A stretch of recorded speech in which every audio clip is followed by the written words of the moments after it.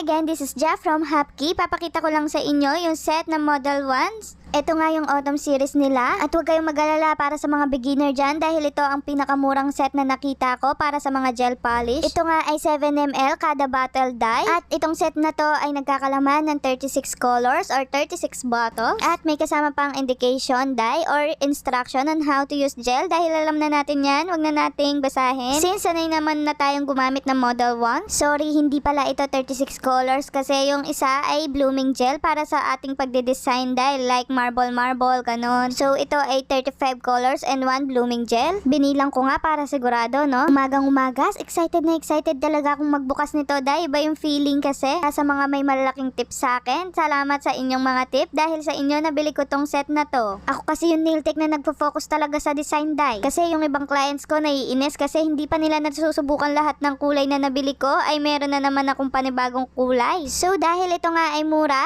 wala siyang sariling color display or pagpipilian ng kulay dahil kaya tayo mismo yung gagawa or provide ng color display natin. Yan nga ang kinainisan ng iba dai, pero ako gustong gusto ko dai. Kasi nga habang kinukulayan ko tong mga to, naiisip ko na yung mga designs na pwede kong panggamitan nito at makikita ko na din kung gaano kaganda yung consistency ng color or gaano siya ka-pigmented dai. Jaja, ano ka no? Pigmented yata yung sabihan mo yan? Tumpak ka dyan dai, buti kwame. Ito nga yung gel color ko, party ko itong nabili, yung color book ko. Ito nga at sa pangalawang color layer pa lang ay kitang-kita na pigment talaga tong mga Model 1's gel polish dye. Pero kung bet mo yung dark na dark talaga dye, 3 layer mo na yan. Pero itong ginawa ko, 2 layer or 2 coat lahat yung mga yan dye, yung nasa display book ko. At ito nga, i-reveal ko na sa inyo yung price niya. Ito lang naman siya sa itaas. Tapos may discount pa yan dye. Para sa mga ayaw ng mga shades or series na to, meron din silang ibang color dye. At madami pang pagpipilian na designs na pwede nyo mabili sa kanila dye. Then, ang gustong gusto ko pa dito ay organic ang kanilang mga gel polish dye. At bet na bet ko kasi 7ml lang dahil since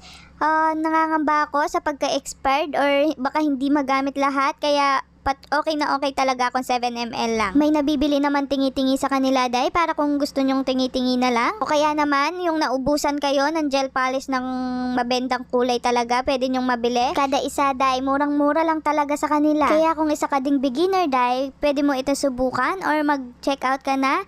Available ito sa Shopee account and TikTok account dai. At ito na nga ang pinakahihintay ko dai, ang pag-a-attach ng color sa mga books. Grabe, ayoko talagang lampasan yung mga pagkakataon or mga experience na ganito kasi dito tayo natututo, dito tayo mag-uumpisa as nail tech. Kung isa ka ding beginner, wag kang mahiya sa mga mumurahing mong gamit kasi lahat ng mga nag-success sa pagiging nail tech, dito din sila nagsimula dai. Basta wag mo lang kalimutan na dapat mag-improve ka ng mag-improve and sumubok ka lang na sumubok dai, walang mawawala sa iyo. At ito na siya, one set, gel polish from Model 1s.